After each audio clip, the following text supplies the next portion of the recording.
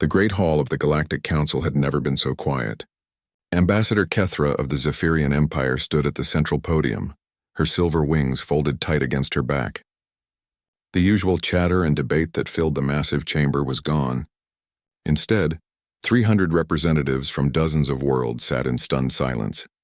"It has been 93 standard days," Kethra announced, her voice echoing through the crystal dome above them. 93 days since the last human was seen anywhere in known space. The numbers were impossible to ignore. Over 2,000 human colonies spread across 4 spiral arms, 15 major space stations, hundreds of exploration ships, thousands of trading vessels, all empty, all abandoned. Not a single human remained. Commander Vex of the Krillian fleet clicked his mandibles nervously.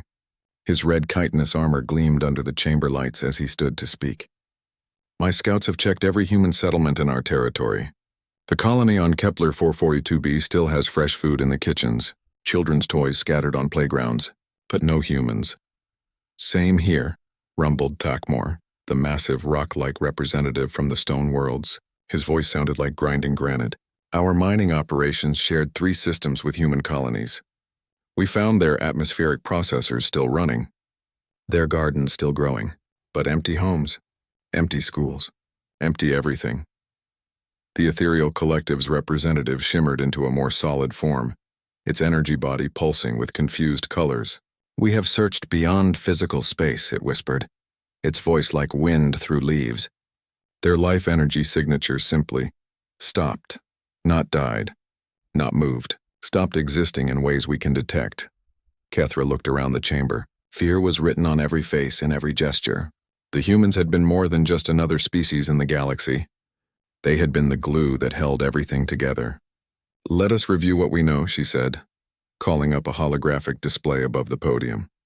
The humans first achieved faster-than-light travel 237 years ago. Within 50 years, they had established contact with over 40 species. The hologram showed the expansion of human space over time. Green dots appeared on star maps, spreading outward like ripples in a pond. Trade routes formed between worlds. Diplomatic stations appeared at border zones between different alien territories. They were not the strongest species, Kethra continued. Not the smartest, not the most advanced, but they had something unique. "They could talk to anyone," said Dr. Zilpha from the academic consortium, her tentacles waving expressively. "I studied human diplomats for decades. They had this ability to find common ground between species that should have been natural enemies." Commander Vex nodded reluctantly. His people, the Krillians, had been at war with the Zephyrians for over 3 centuries before humans arrived. The conflict had seemed endless.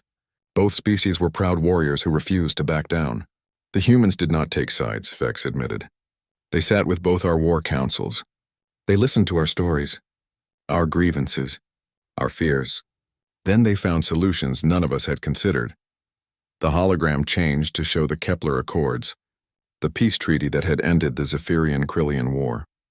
It had been signed on a human diplomatic station, with human mediators guiding every discussion. "They did the same thing everywhere," said Minister Call of the Methane Breathers. Her environmental suit hissed softly as she spoke. "The trade wars between the Silicon Collective and the Carbon Alliance, the territorial disputes in the Magellanic systems, the cultural conflicts in the Vega sector. Humans found ways to make peace where we saw only problems. But it was more than diplomacy. The humans had changed how the galaxy worked in fundamental ways." Captain Yorith of the Deep Space Patrol stood up, his blue-scaled skin reflecting the chamber lights. Human merchant ships went everywhere. They carried goods between worlds that had never traded before. They learned every language, adapted to every environment, found markets for products nobody else wanted. Their exploration fleets mapped 60% of our current star charts, added Dr. Zilpha. They went to places the rest of us considered too dangerous or too far away. They established research stations in black hole systems, gas giant atmospheres, and rogue planet orbits. The holographic display showed the vast network of human achievements, scientific research stations studying phenomena that other species had ignored, medical facilities where human doctors worked alongside alien specialists to cure diseases, cultural exchange programs that had created the first truly galactic civilization in known history. "And now they are gone," Kethra said quietly. The silence returned to the chamber. The implications were staggering. Without human mediators, old conflicts were already starting to resurface. Without human traders, supply lines were breaking down. Without human explorers, the expansion into unknown space had stopped completely. Has anyone found any clue about where they went? Asked Elder Morph of the Shapeshifter Collective. Any message? Any sign of what happened? Heads shook around the chamber. Negative responses came from every representative. It is as if they simply chose to leave, said the Ethereal Collective's representative. But that makes no sense. Humans were deeply attached to their homes, their communities, their history. They built monuments to preserve memories. They kept detailed records of their past. Abandoning everything goes against their basic nature. Unless something forced them to go, Commander Vex suggested darkly. Something that threatened them so badly they had no choice. But what could threaten humans like that? Dr. Zilpha asked. They were survivors. They adapted to environments that would kill most of us. They found ways to thrive in conditions that seemed impossible. The questions had no answers. That was the most frightening part.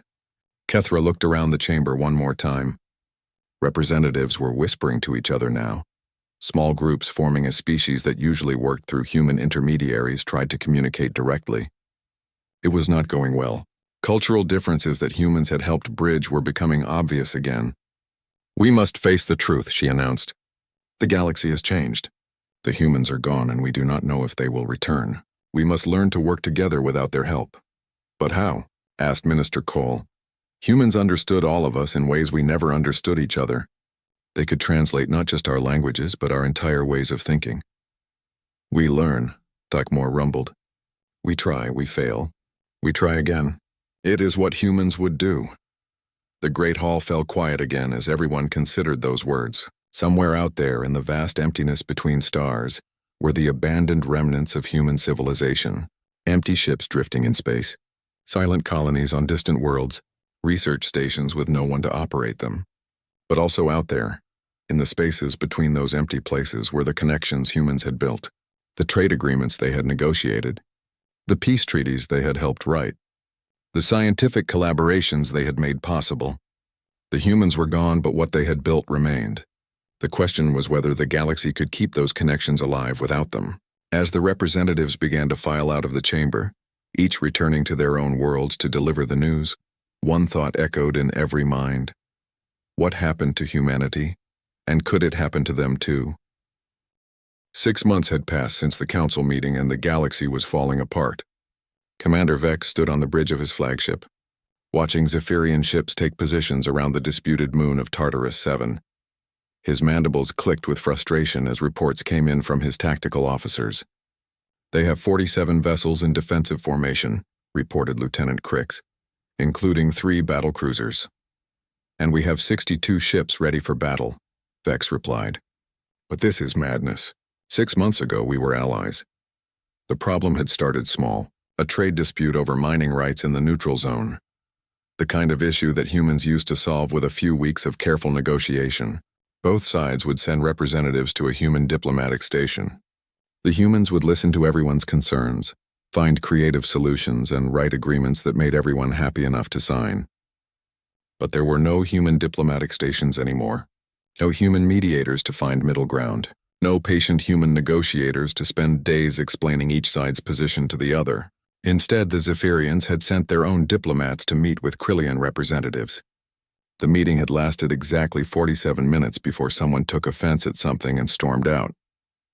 Commander, his communications officer called out. Message from the Zephyrian flagship. Put it on screen. Ambassador Kethra appeared on the main display, her silver wings spread in a posture of defiance. Commander Vex, you have entered territory claimed by the Zephyrian Empire. Withdraw immediately or face the consequences. This is neutral space according to the Kepler Accords, Vex replied, his voice steady despite his anger. Your people signed the same treaty mine did. The Kepler Accords were written by humans, Kethra shot back. Humans who are no longer here to enforce them. My government has decided that agreement is no longer valid. Then what about the Vega Trade Agreement? The Centauri Peace Treaty? The Mutual Defense Pact? Are you abandoning all of those too?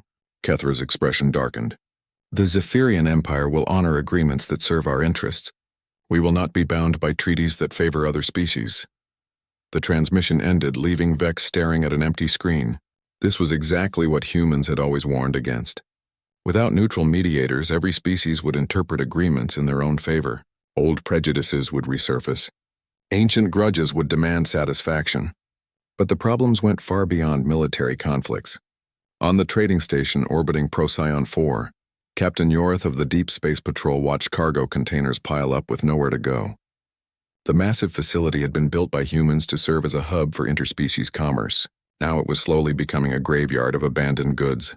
The methane breathers won't accept silicon-based components from the crystal worlds, reported his logistics officer, a six-armed alien from the Coordination Collective. They claim the manufacturing process is contaminated by incompatible energy signatures. And the crystal worlds refuse to modify their process, Yoreth replied. Because they say methane-based quality standards don't apply to their technology. It was the same story everywhere. Species that had traded successfully for decades were suddenly finding reasons why they could not work together. Without humans to bridge the gap between different ways of thinking, every difference became a deal-breaker. What did humans do that we cannot? His officer asked. Yoreth had worked alongside human traders for 30 years before they vanished. He had watched them negotiate deals that seemed impossible. They listened to both sides without judgment, he said slowly. When the methane breathers complained about energy contamination, humans did not dismiss it as superstition. They studied methane-based science until they understood the concern. When the crystal worlds insisted their process could not be changed, humans did not call them stubborn. They looked for alternative solutions. But we can do the same thing, can we? Yorth gestured at the stalled negotiations happening throughout the station. Look around. Every species here thinks their way of doing things is obviously correct. Humans somehow manage to believe that multiple contradictory approaches could all be right at the same time. In the academic consortium's research facilities on Europa Station, Dr. Zilpha was discovering the same pattern in scientific collaboration.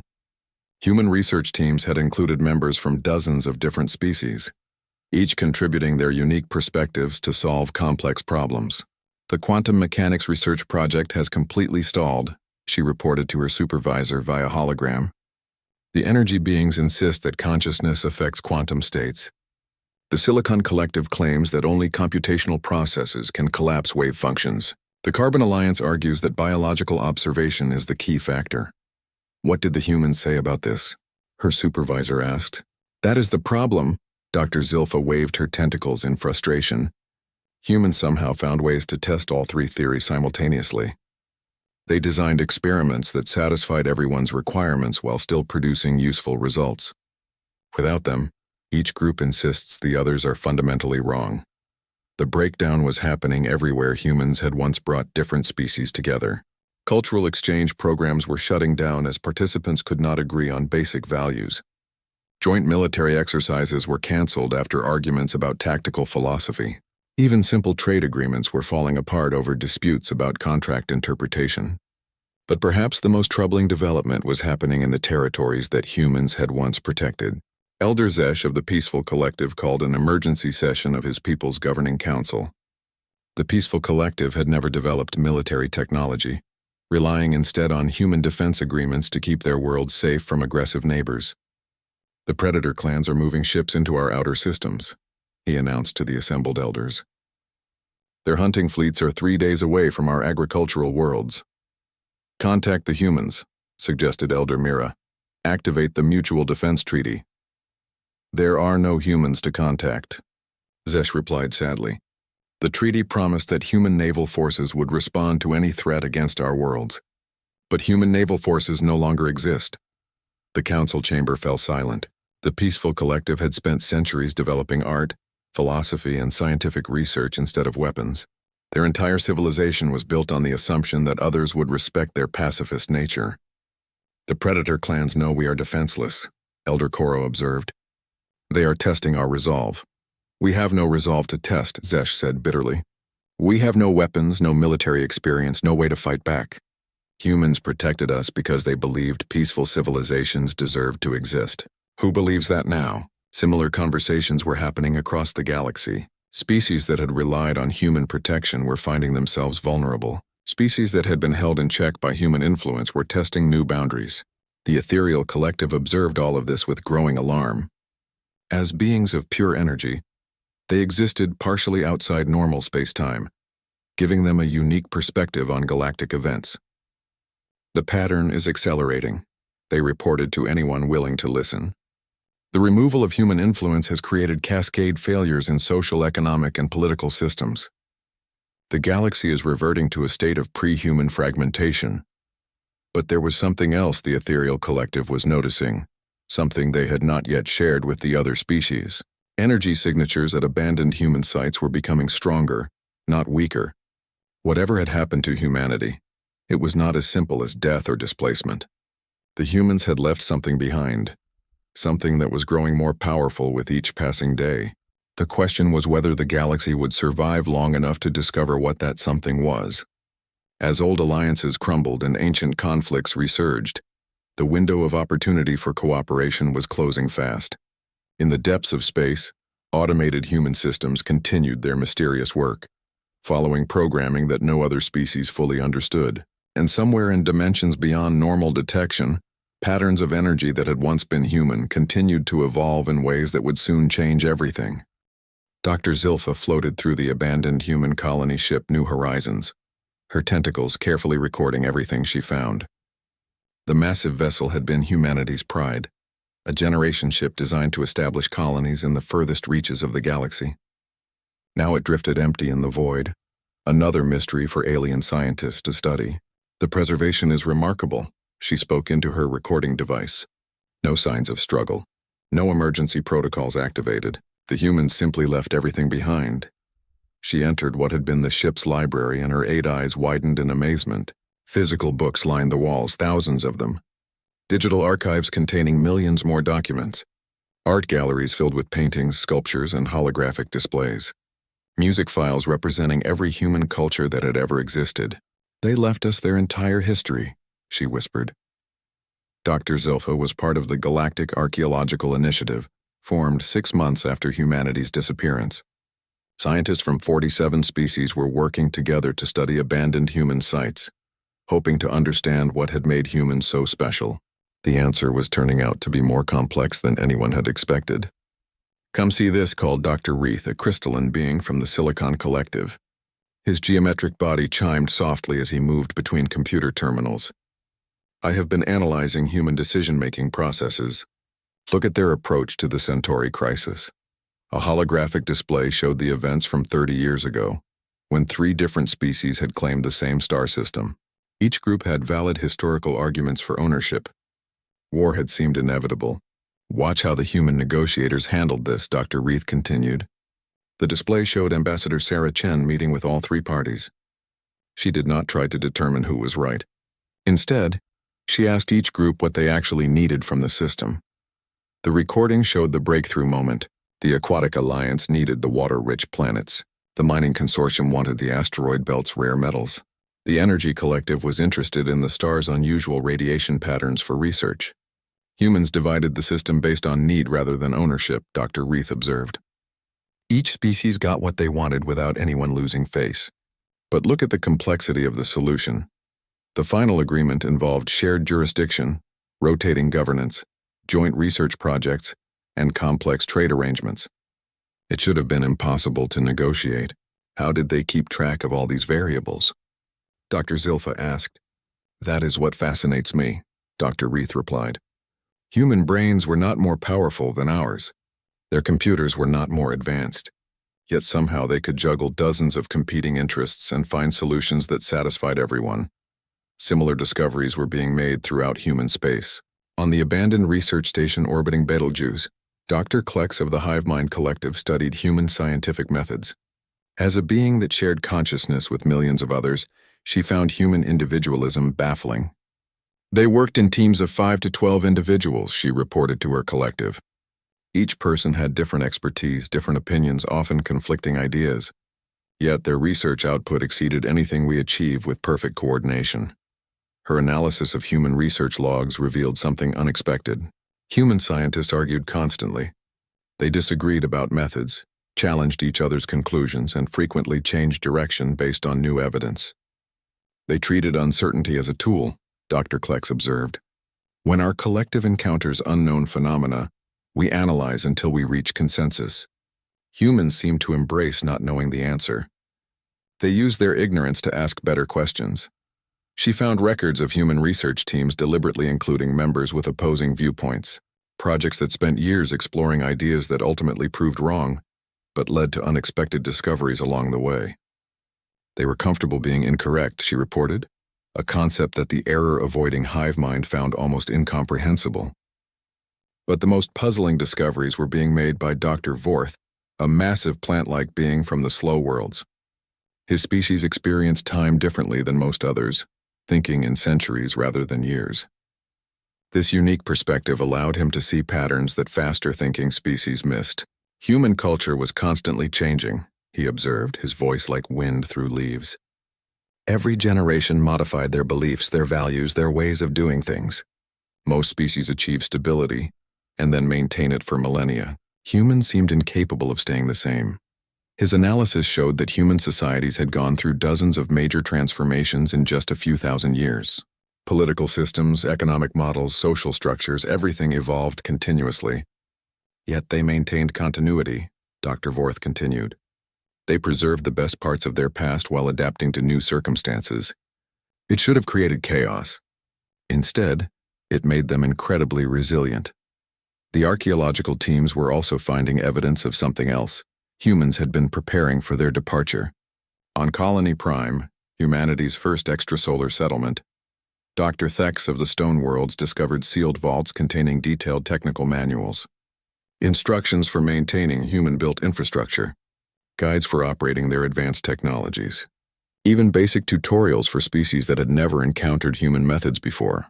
They knew they were leaving, Dr. Thex rumbled, his rocky features shifting with concern. These preparations took decades to complete. This was not a sudden evacuation. But if humans had planned to leave, why had they not told anyone? Why abandon their allies without warning? The answer began to emerge when the archaeological team started finding the energy readings. Dr. Yila of the Ethereal Collective had been studying abandoned human colonies using methods that existed beyond normal space-time. What she discovered changed everything. Humans were not just leaving, she reported to a gathering of all the research teams. They were transforming. Her energy-based senses could detect traces that matter-based instruments missed. At every human site, she found residual patterns of organized energy that corresponded to human neural activity, but operating at frequencies no biological brain could achieve. They transcended, she explained, her form shimmering with excitement. Humans found a way to exist beyond physical matter. These energy signatures are what they became. But why leave their bodies behind? Dr. Zilpha asked. Why abandon everything they built? Because they had to, Dr. Yila replied. The energy patterns show signs of urgent necessity. They were preparing for something that required them to exist in a different state of being. The implications were staggering. If humans had evolved beyond physical existence, they might still be present in ways the other species could not detect. They might be watching, waiting, preparing to return when needed. But preparing for what? The answer came from an unexpected source. Deep in the archives of the abandoned human diplomatic station at Wolf 359, Dr. Reith found encrypted files that had been sealed with quantum locks. It took the combined expertise of all 47 species to break the encryption. Inside were records of meetings between human leaders and an artificial intelligence called Area 7. The discussions revealed humanity's greatest secret.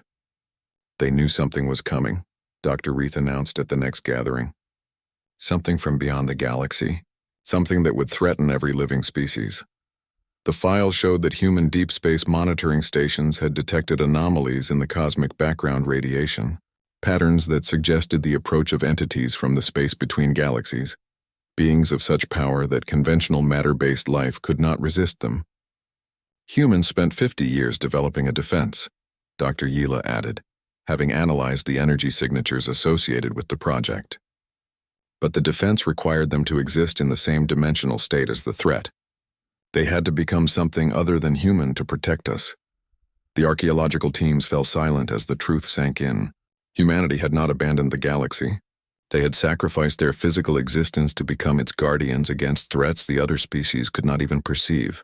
But the files contained one more revelation that sent chills through every researcher present.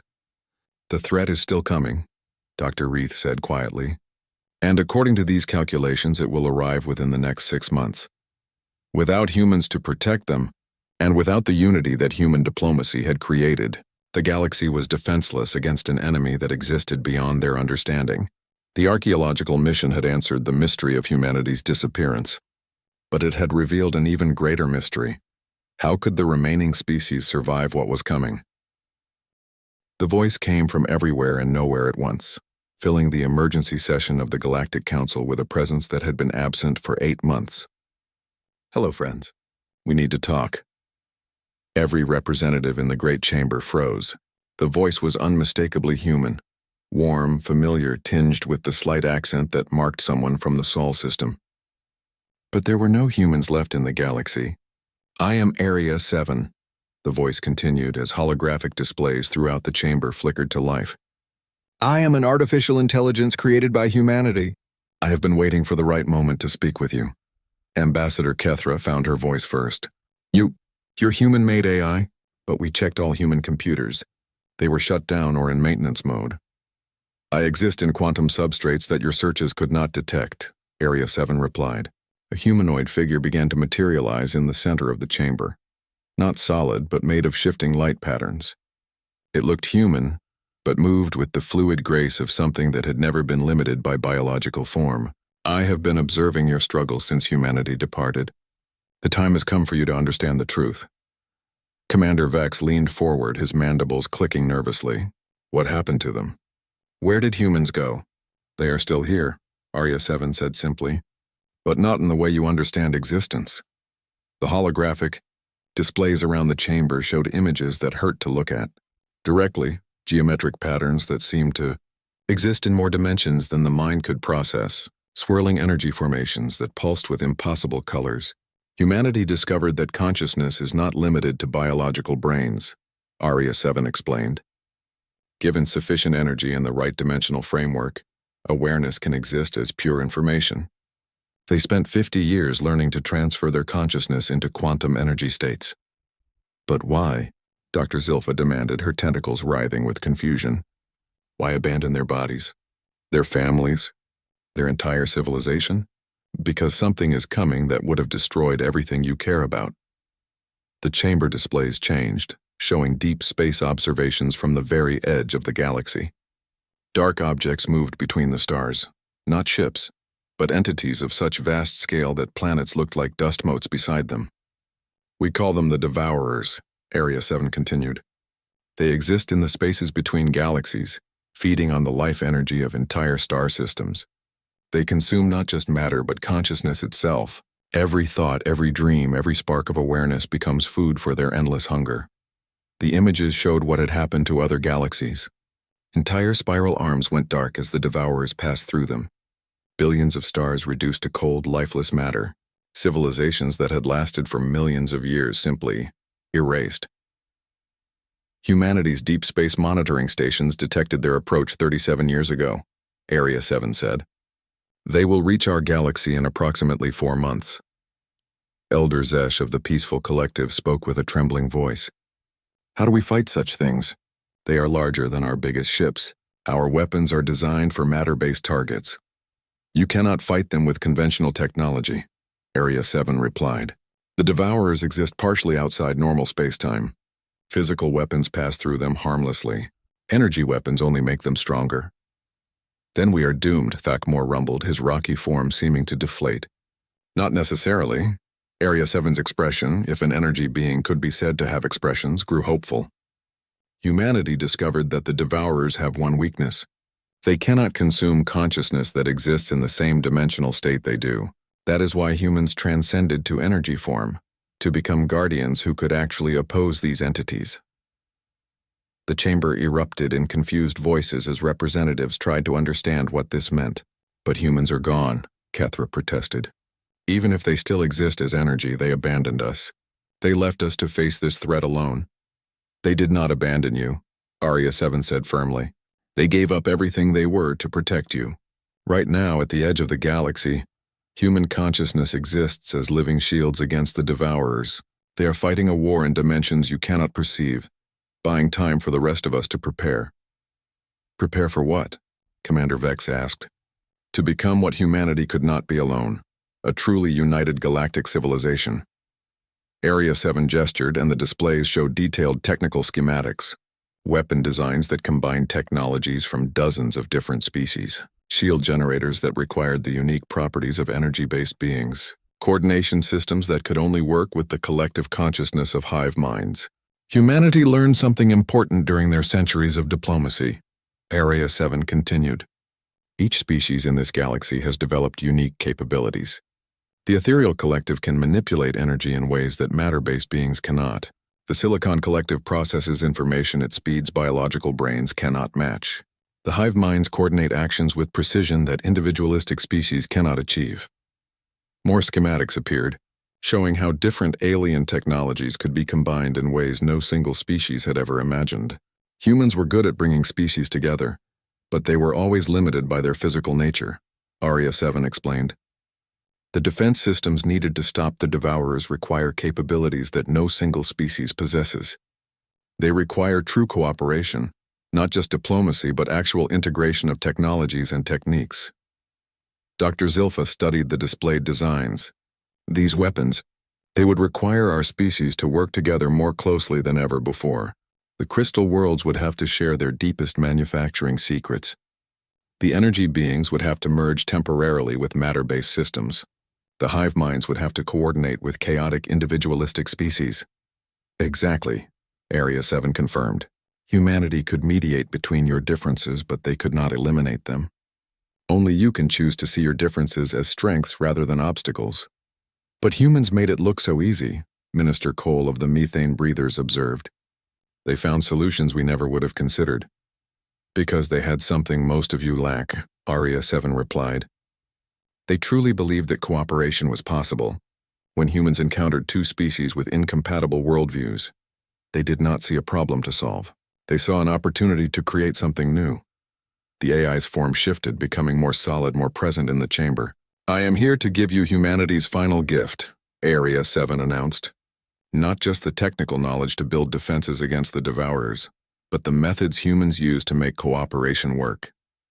Their diplomatic techniques, their problem-solving approaches, their ways of building trust between different species.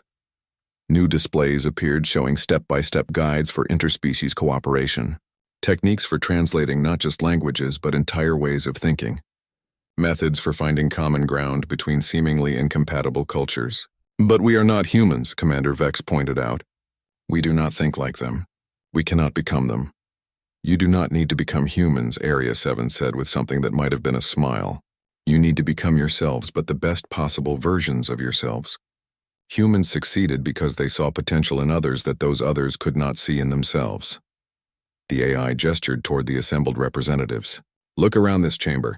You are already doing something that was impossible 8 months ago. Zephyrians and Krillians are sitting in the same room without trying to kill each other. Energy beings are communicating with matter-based species without dimensional barriers. Hive minds are coordinating with individualistic cultures without forced assimilation. Kethra looked around and realized Area 7 was right. The emergency of humanity's disappearance had forced species to work together in ways they never had before. The crisis is forcing you to develop the very capabilities you will need, Area 7 continued. You are learning to be your own mediators, your own diplomats, your own problem solvers. Humanity's greatest achievement was not what they did for you, but what they taught you that you could do for yourselves. The chamber fell quiet as the implications sank in. The galaxy was about to face its greatest threat, but it was also closer to true unity than it had ever been. 4 months, Elder Zesh said quietly. Can we build these defenses in 4 months? If you work together the way humans believed you could, Area 7 replied. The technical knowledge is here. The resources exist. The only question is whether you can overcome centuries of mistrust and prejudice in time. As if summoned by those words, alerts began flashing on communication panels throughout the chamber. The first Devourer scout entities had been detected at the galaxy's edge, and humanity's energy form guardians were engaging them in battles that registered as massive space-time distortions. The war for the galaxy's survival had begun, and everything would depend on whether the species humanity had brought together could stay united without them. The construction shipyard orbiting Proxima Centauri had never seen anything like this.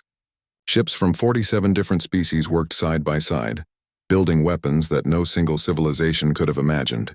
Zephyrian engineers welded crystalline energy conductors created by the Silicon Collective. Krillian warriors programmed targeting systems designed by the Academic Consortium. Beings of pure energy merged temporarily with matter-based computers to process calculations that biological brains could not handle. Commander Vex floated in his command suit outside the massive construction, watching a miracle take shape. 3 months had passed since Area 7's revelation, and the galaxy had transformed itself in ways that seemed impossible. "Status report," he requested through his comm system.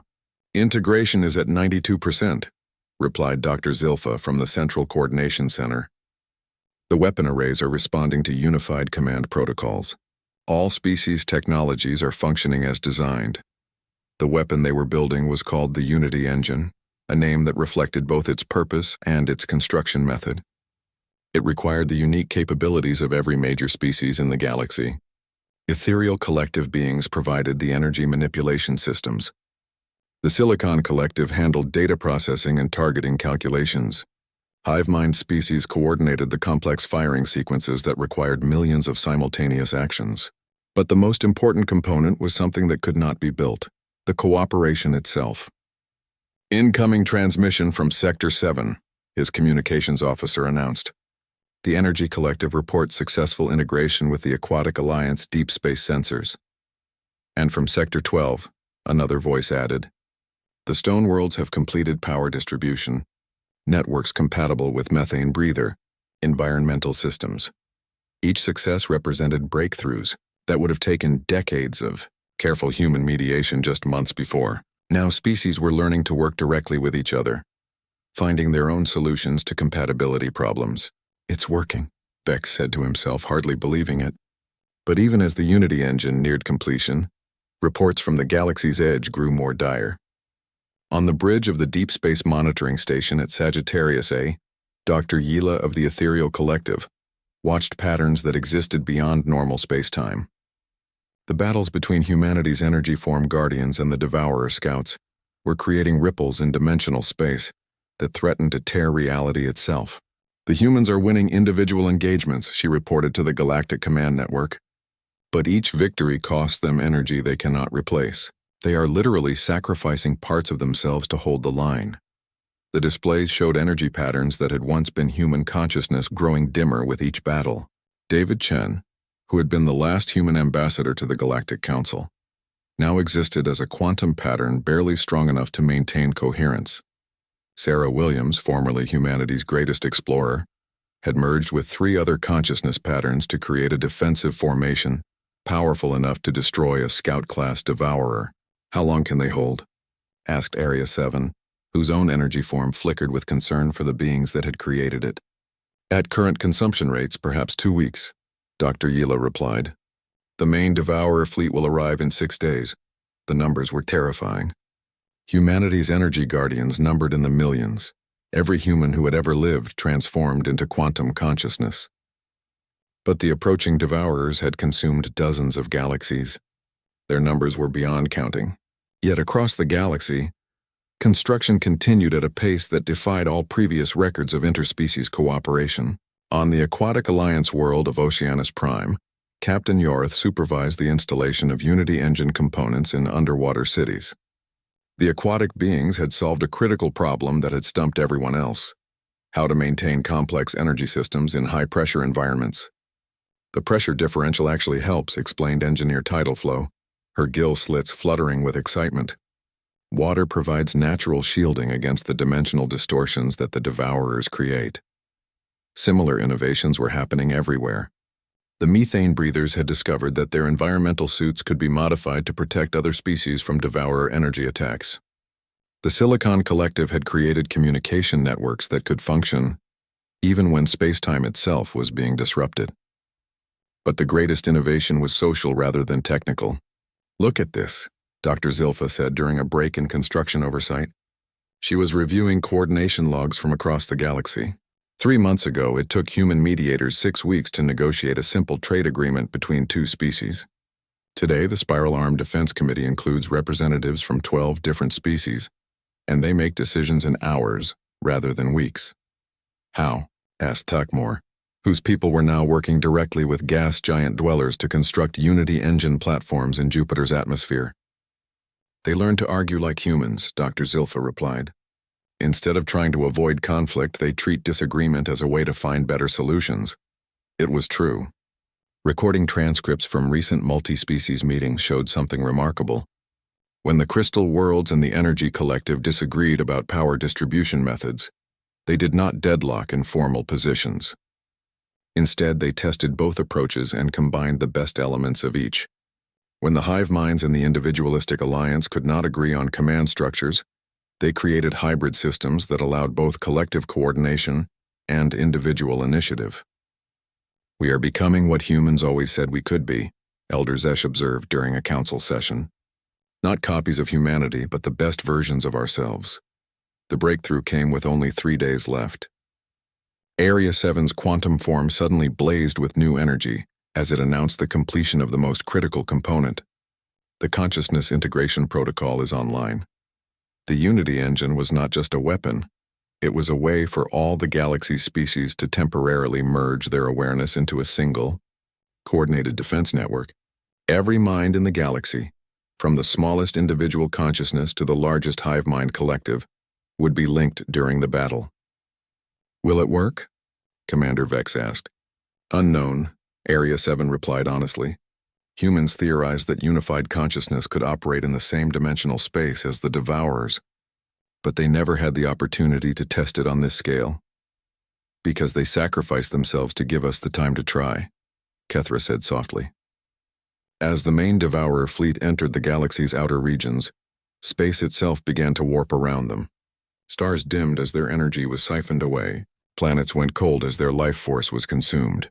The entities were so vast that their approach created gravitational anomalies visible from thousands of light-years away. But they were met by something they had never encountered before. At coordinates that had once housed humanity's first colony, the Unity engine activated.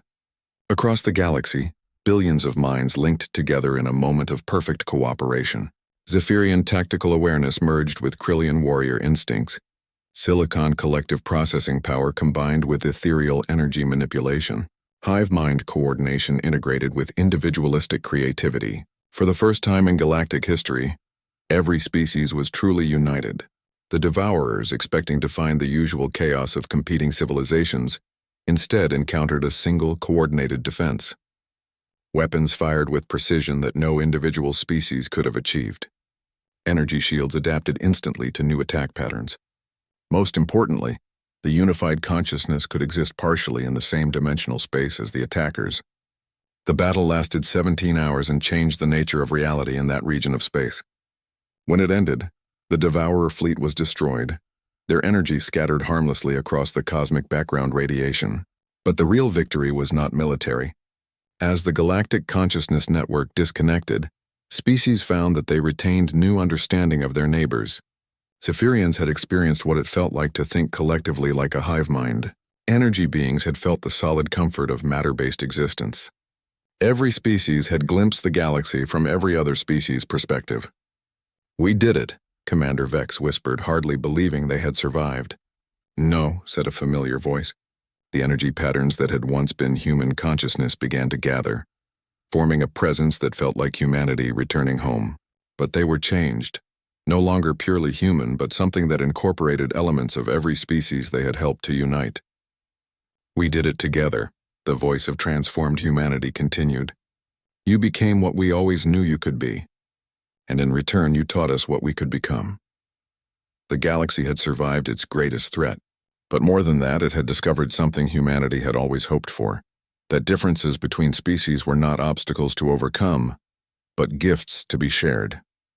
As reconstruction began and new alliances formed on foundations stronger than any human diplomacy could have built, the transformed consciousness that had once been humanity settled into a new role.